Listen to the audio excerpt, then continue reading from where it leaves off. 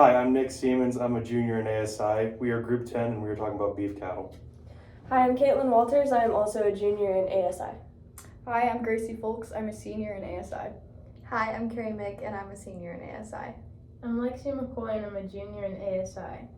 Our article is titled Genotyping of National Herd will have a number of benefits. The article discusses how genotyping helps ID individual members of a herd and have the ability to tie calves back to a dam or sire, preventing misidentification. Also preventing misidentified performance of calves. There would also be an increase in the reliability of economic breeding index, also known as EBI figures, if the national herd was genotyped, and could help in stopping cattle theft, the dumping of animals due to animals having the ability to be traced back to their dams. Let's dive right in. This is Nick with a DNA sample collector. Gracie here is demonstrating as a cow. You simply pull the trigger and collect the sample of DNA in the tube. This is sent off to the lab. After the DNA sample gets sent to the lab, they identify single alleles from the DNA structure. We have a dam that is heterozygous dominant for the polled phenotype. She's a carrier of both alleles, big A and little a, at the certain loci that depicts horned or polled genes on each chromatin. The sire is heterozygous dominant for the polled phenotype and also carries a big A and a little a on the horned or polled loci. The offspring below, depicted by the bracket, is a small sample of offspring we would acquire in our herd. Offspring are as follows. Homozygous big A, depicted here on these loci. Heterozygous big A, depicted here on these loci. And homozygous little a, also depicted here on the same loci. Each of these alleles are gathered from one allele from the dam or the sire, creating the mix. Here's how we found these offspring pairs to be true. On the x-axis of the Punnett square is the dam. On the y-axis of the Punnett square is the sire. In the top left box of the Punnett square is homozygous big A. In the right top hand box of the Punnett square is big A, little a. On the bottom left-hand square is big A, little a. On the bottom right-hand square is little a, little a. For homozygous AA, the top left box in the Punnett square, we have depicted this with a green cow that is polled. The second box on the top hand is big A, little a, which is heterozygous. We labeled this as light blue for visual understanding. Also polled. The bottom left-hand square is also heterozygous big A, little a, which we have labeled as light blue for polled. The bottom right-hand corner of the Punnett square is little a, homozygous for the horned gene.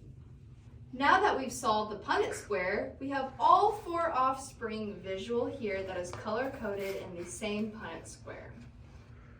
From the four offspring, we have three different phenotypes. The big A's backsplash is green.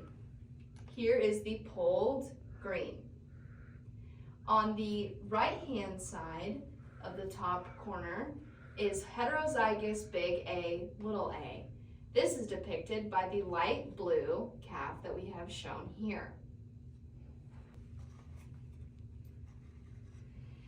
And our third phenotype is homozygous little a, which is horned. In our client's herd, she has 400 polled and 100 horned.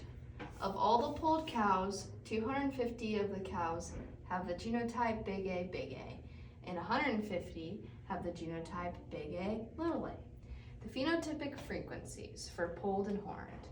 First, you want to locate how many polled animals you have, 400. Then you want to divide that by the total of animals in your herd, 500. This equates to 0.8 phenotypic frequency. For the horned, we see that we have 100 horned cows in the herd. You want to divide that by the total of cattle in the herd, which gives you 0.2 phenotypic frequency. Genotypic frequencies of the herd. Frequency of big A within the herd is 250 divided by 500. Because there are 250 individuals that have the genotype big A, big A. This equates to 0.5. Frequencies of the heterozygote, big A, little a, is 150 animals within the herd, which we divide by the total of cattle in the herd, which equates to 0.3. The frequencies of homozygous, little a, is 100. We got this, even though it wasn't specified from the information we got from the client. We know this because there are 250 individuals that are big A, and 100 of them are big A and little a. So if we know that we have 500 total, there has to be 100 that are little a within the herd. This equates to 0.2. The allelic frequencies of big A is 2 times 250 plus 1 times 150. We got these numbers from that there are 2 alleles of the 250 that have the genotype of big A, big A. You will take the 2 times 250 plus 1 times 150 because there is one big A in the heterozygote, which we know we have 150 of. You will then take this divide it by 2 times 500 because there are 500 cows within the herd and each of those cows have 2 alleles. This equates to 0.65. The allelic frequency of little a is 2 times 100 plus 1 times 150 because, as we've said previously, we know that there is 100 little a cattle within the herd, and they each of those cows have 2 alleles. This equates to 0.35. The percentages that are found are the homo and heterozygosities of each phenotypic result within the herd.